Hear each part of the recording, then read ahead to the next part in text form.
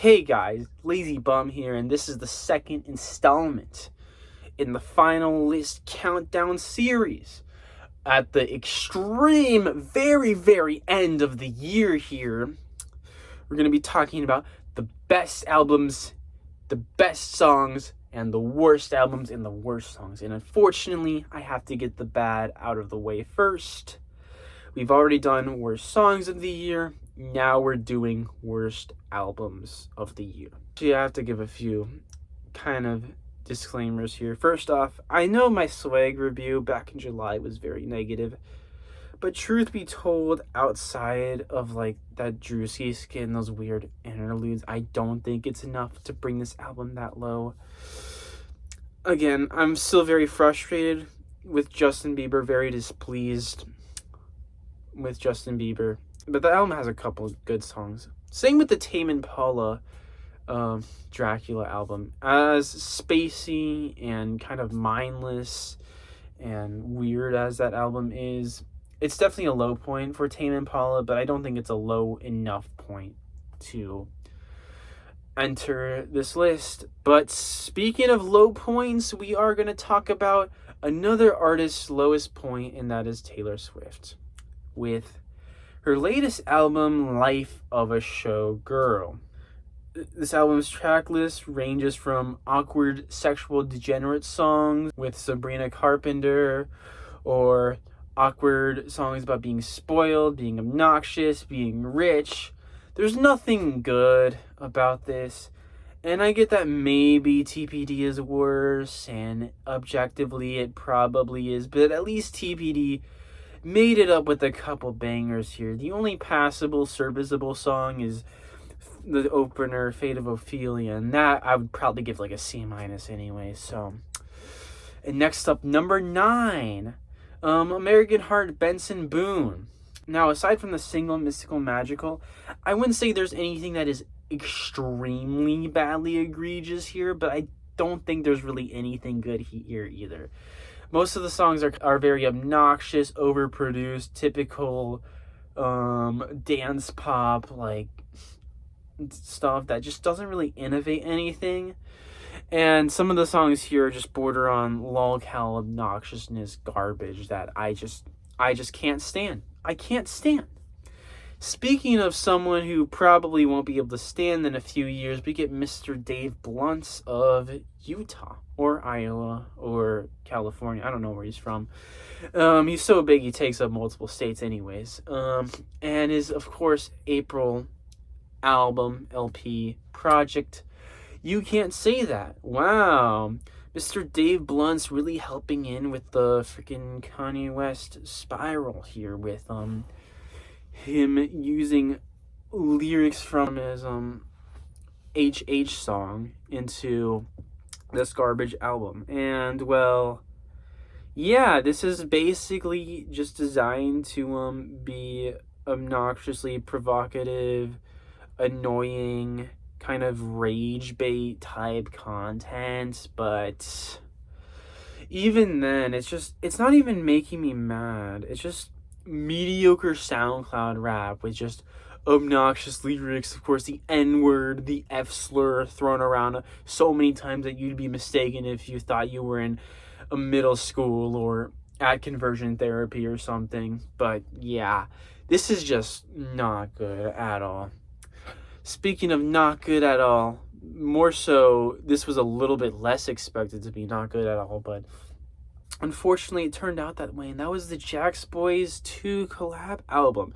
And it kind of hurts me to put this here, because I really wanted this to be good. I love Travis Scott and Don Toliver as producers, as rappers, as writers, and they certainly definitely do have a lot of projects that are serviceable, but this just turned into an obnoxious, overly long, overly bloated mess with some of the weirdest, most bizarre, nonsensical choruses. Like, what are we doing? You're just screwing around and making random stuff when this album could have turned out a whole lot better if you just applied yourself and tried. Speaking of albums that should have turned out a lot better, this one's even more egregious than Jax Boys 2, and I guarantee you expected this to be on here. and that is Carter 6, Lil Wayne. What an atrocious album. When I said I enjoyed 0 tracks on this album, I mean 0 tracks on this album are even objectively good. It just feels like a slog to get through. Like I'm just crawling through the trenches of Vietnam, desperately trying to get by, and it just is horrible. There's nothing I enjoy about this. There's nothing I like about this. I guess maybe Peanuts to an Elephant on its own can be a guilty pleasure sometimes. Emphasis on its own, not with other stuff.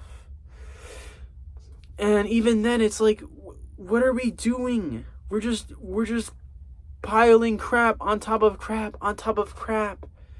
Did anyone ever say no to anything while making this album? I don't know. But speaking of BBNOs, or no's, well, I already spoiled it. It's the Baby No Money self-titled project at number 5 here, and yeah, it's Baby No Money. We're just making obnoxious TikTok tier lolcow music now. Wow. Now let's make 20 different tracks of that. You think anyone would enjoy it? Unfortunately, yes. Unfortunately, yes. Why? Why? Speaking of musical lolcowness, we have Mr. famous actor Will Smith himself with his at the number 4 spot with his latest album based on a true story. Oh gosh, I hope he's lying and the title is wrong, because if this was based on a true story, I don't know what I would do. This is garbage. This is awkward, corny skits, obnoxious, soulless production, soulless songwriting, and just very below average rapping too. And why are the skits so bad? Isn't Will Smith supposed to be an actor? Why does he act so bad? I don't know. Maybe Will Smith doesn't even know. To think, there's 3 left. At number 3, we have Ian's Mixtape 2005. I hate Ian so much. You know, when Ian first started, everyone thought he was from Minnesota, but no, he's from Missouri. He's from Missouri, you idiots! Don't drag my state's name into the mud by associating it with this idiot. I don't even know what to say. This is just... Why are we supporting this guy? Why are we reposting his freestyles all over TikTok? Stop. Just stop. If you see a song that has even the word Ian in it, not even an Ian song, but just Ian anywhere, just to be safe, we have to go full scorched earth and do not listen, do not repost this. Just completely scorch the earth of any Ian content until Ian actually makes a good song, which I don't think is possible, but what do I know? Whatever. And then to think, it only gets worse. The 1 and 2 spot are kind of complementary to each other, because I'll give you a hint. The 1 and 2 spots are both country albums, and more specifically, both country pop albums by 2 people who are very unlikable, very unpopular. And the first one is Sex Hysteria by Birmingham, Alabama's very own Jesse Murph. What did I expect? This is just garbage. I would rather listen to Fergie than this. Like, I can't fathom how bad every single song manages to be, how awkwardly produced every single song is, and how weirdly sex obsessed this is too.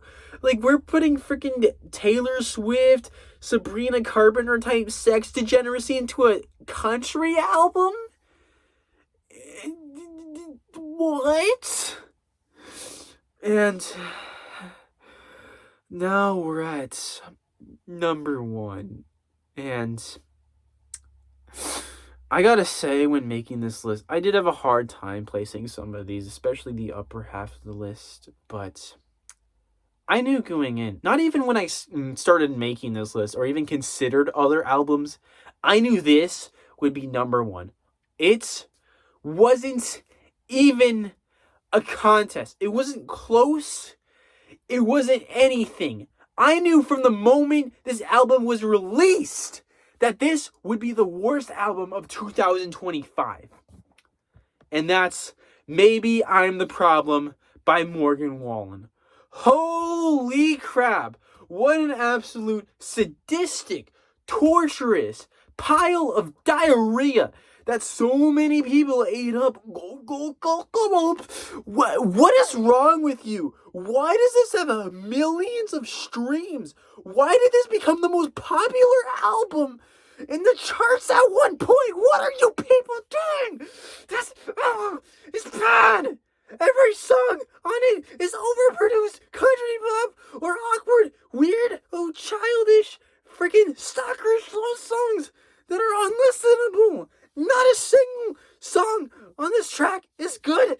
It lasts for 2 hours. 2 hours. That's a full-length feature film. But all you're listening to is diarrhea, overproduced slop. This is like if AJR and Imagine Dragons made a country song. Why?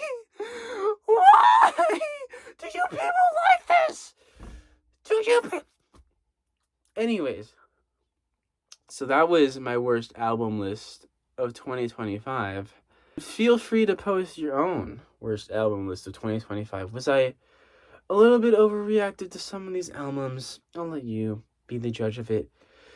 But now that we're done with the worst albums, that means I'm finally free and I'm graduating to the best albums and best songs of the year.